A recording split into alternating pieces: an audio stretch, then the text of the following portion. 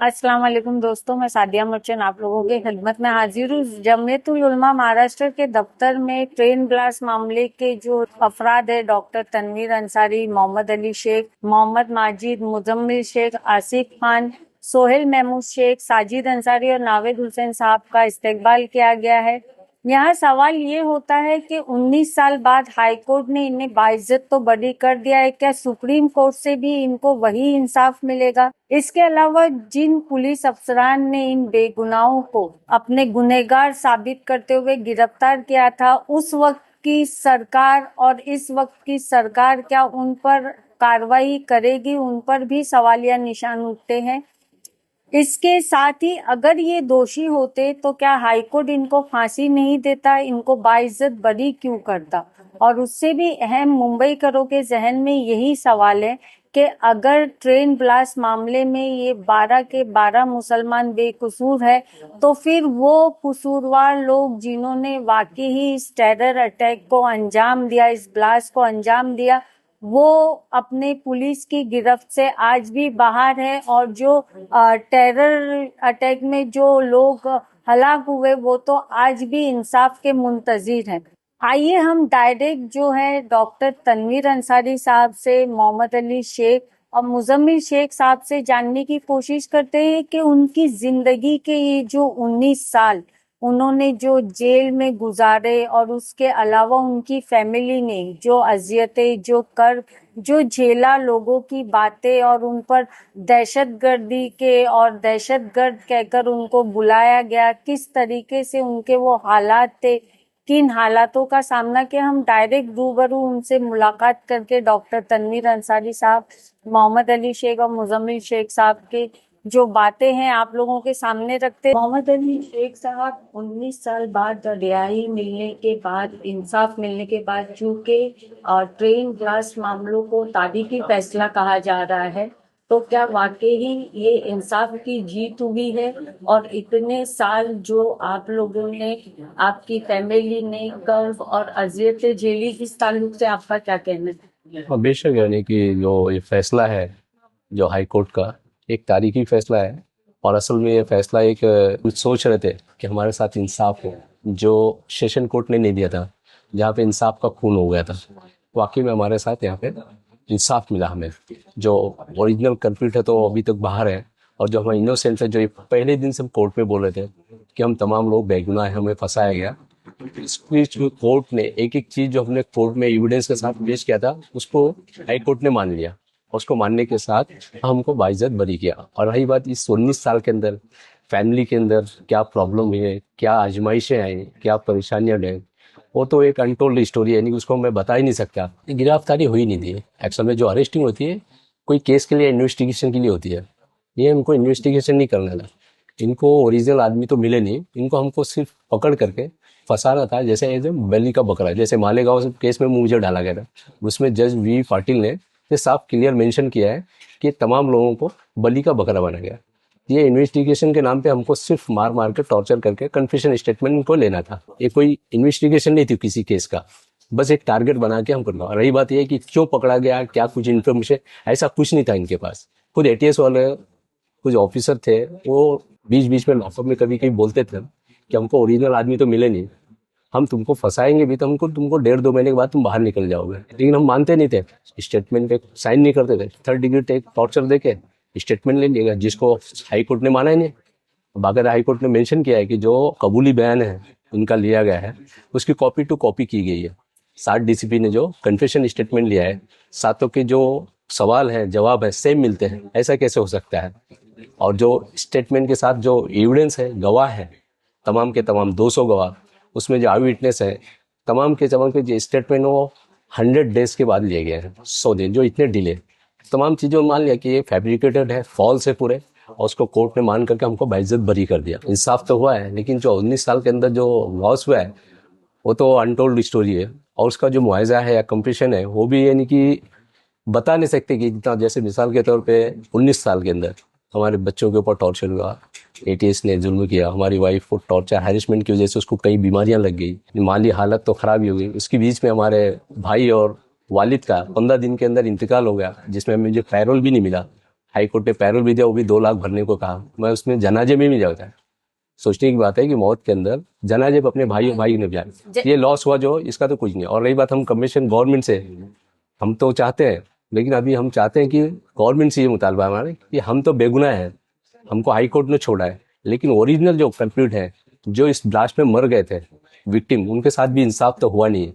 और इंसाफ होना चाहिए, ओरिजिनल कल्प्रिट पकड़े जाएंगे, गवर्नमेंट ने उनको बताना चाहिए और विक्टिम को पूछना भी चाहिए एजेंसी से और गवर्नमेंट से कि ओरिजिनल आदमी कौन है। आखिरी सवाल आपसे यही है मोहम्मद अली शेख साहब कि जिस तरीके से जब आप लोगों की गिरफ्तारी हुई तो डायरेक्ट आपके गुनाह साबित ना होने के बावजूद भी आप लोगों को मुलजिम से मुजरिम करार दे दिया गया, दहशतगर्द कहा गया, और अब लोग आप लोगों को एक अलग नजरिए से देख रहे हैं। तो पहले और अब के वक्त में क्या जमीन आसमान का फर्क हुआ है।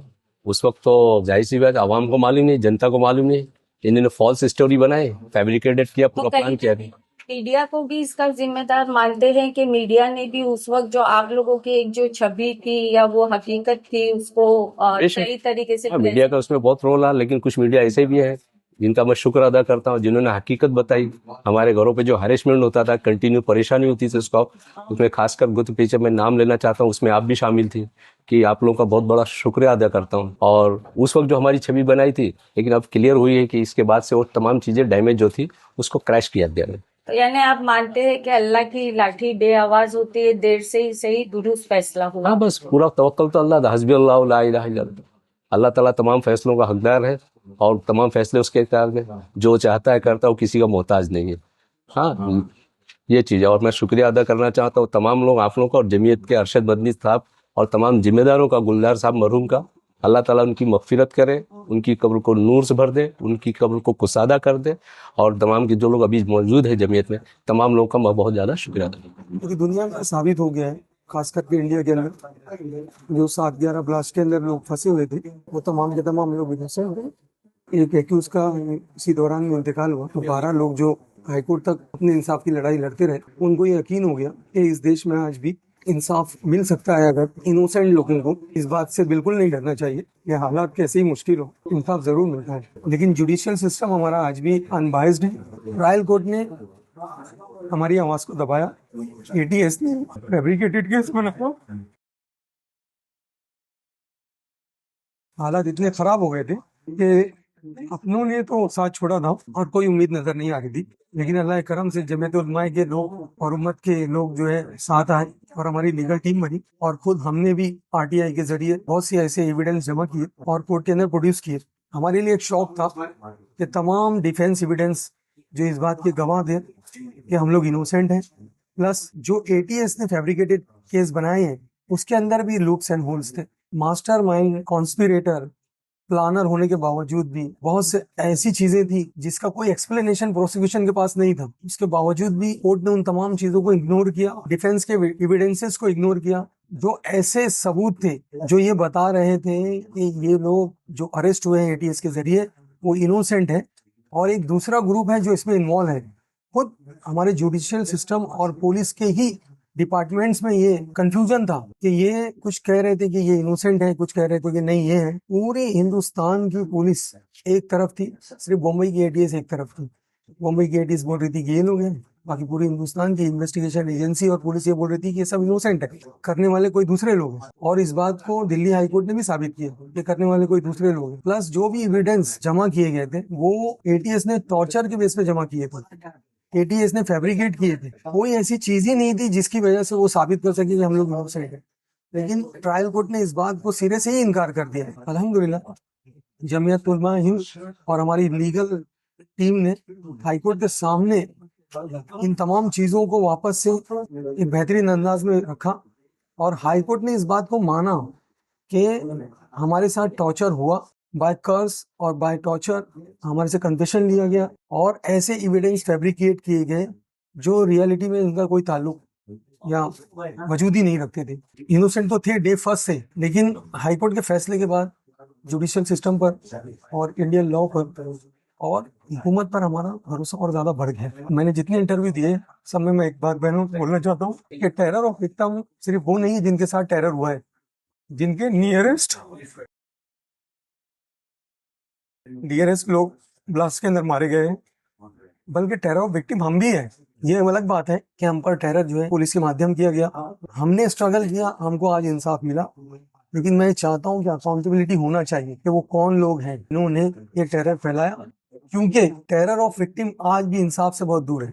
उनके लिए मैं ये बताना चाहता हूँ कि मैं आज उनके साथ हूँ, पहले दिन से साथ था, और हमारी यही डिमांड थी कि रियल कल्प्रिट्स पकड़ा जाए और इनोसेंट लोगों को छोड़ा जाए। और मुझे अल्लाह पे और मेरे कानून पे भी पूरा भरोसा है कि हमारे साथ कुछ नाइंसाफी और आगे नहीं होगी। सुप्रीम कोर्ट भी उसी तरीके से इंसाफ करेगा इंशाल्लाह, और हमें अपने लीगल सेल पे और जमीयत के वकीलों पे पूरा भरोसा है। साथ ही हम आप लोगों के सामने जमीयतुल उलमा महाराष्ट्र के जो सदर हैं मौलाना कासमी साहब, उनकी बात भी आप लोगों के सामने रखते हैं। और ये हकीकत है कि सच को आँच नहीं है, सच हमेशा अपने आप में साबित कदम होता है। आइए डायरेक्ट हम उनसे बात करते हैं।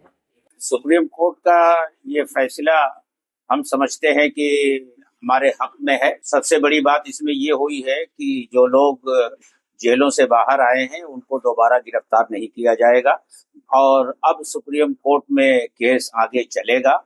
और जिस तरह जमीयत उलमा ने निचली अदालतों से लेकर अब तक इनका दिफा किया है, सुप्रीम कोर्ट में भी इंशाल्लाह जमीयत उलमा इनके दिफा के लिए खड़ी होगी। जो स्टे लगा है वो जजमेंट पर इस हैसियत से लगा है कि इस जजमेंट को दूसरे केसों में नजीर के तौर पर इस्तेमाल नहीं किया जाएगा, और इससे हमको कोई फर्क नहीं पड़ता कि दूसरे केसों में इसको नजीर के तौर पर इस्तेमाल किया जाए या न किया जाए। हमारा जो मकसद था कि जिनके बारे में फैसला आया है कि ये बेकसूर हैं,